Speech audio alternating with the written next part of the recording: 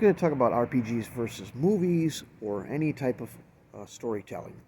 Uh, Wherever you're at, other than an RPG, you're limited by time, space, and budget. In that you may have a really great movie, and there's plenty of great movies out there um, from the past usually, but there's always a budget limitation, even if it's a large budget. There's always a time limitation because people can't tolerate sitting in a seat for 6 hours. You got to have that sweet spot between an hour and a half to two or whatever it is. Um, Even books are limited by budget and time. Of course, with a book, you can have volumes, and they're probably the closest to RPGs, in my opinion, because of that, being able to parcel them out. But with an RPG, you're only limited by your own imagination. You're only limited by your time that you can devote to it. As we all know, there's been campaigns that have lasted decades. So, uh, I, I don't understand why people whom are passionate enough about some of these franchises like Star Trek or Star Wars to be upset by the creative direction that they're taking. Why is your inclination to just go black pilled and go, well, screw it, it's all destroyed, it's all ruined, it all sucks? Why? Why do you feel that the only way for you to get um, your fix of that particular IP is to suckle at the teat of a corporation that hates you? When so many people over such long periods of time, Star Trek and Star Wars more than any other being some of the oldest, you've literally got decades worth of material made by all sorts of different people in all different directions and sections of the universe that you could cling to, you could build off of, you could make up your own. That's the beauty of an RPG.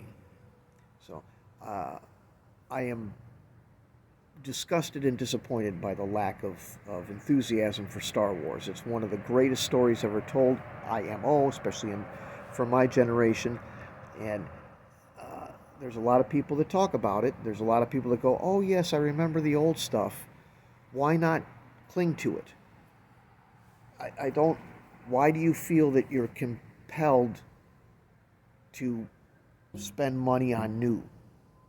That the only, there's plenty of creators out there, and if you think that Miloni, or however you pronounce that guy's name, is a bad writer or bad director, great. Then you go and do it yourself. You can go make your own Star Wars story and turn it into an RPG module or your own fiction and distribute it and keep the lore alive. If you're mad that they, with what they did with Thrawn, then go get, like I'm doing. I'm going to go back to West End Games. I'm going to get out the old Thrawn source book, and I'm going to play out the Thrawn trilogy the way I see it, the way I wanted it to be made. Why aren't anybody interested in doing that? You don't need Dave for that. You only need your imagination. So, and it goes for Star Trek. Same. A lot of people go, well, it's hard to RPG Star Trek because, blah, blah, blah, blah, blah. Oh, and this is one I never really got. Because, yes, there's the whole Prime Directive and all that. But having to role play around some sort of impediment, that's part of the challenge, it's part of the fun. And there's plenty of ways to put a Federation party in a position where they're, have you seen the TV shows? Because there was a lot of ways to work around, oh, we can't.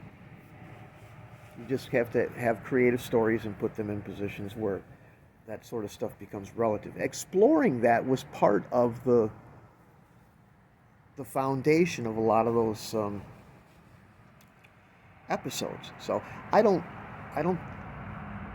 really understand why people heavily emphasize that as being some sort of Stonewall to role playing in Star Trek, and there's other ways to go, you know.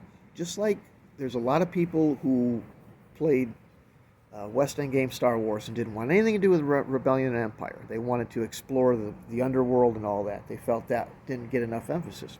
Okay, so there's plenty of places in the Star Trek universe that don't have anything to do with the Federation, and you could be doing that. And so I really encourage people to, to quote Yoda, be geeky as all can be, is let go of the hate, baby. I have extremely strong opinions on creative direction choices by both Lucas and Disney.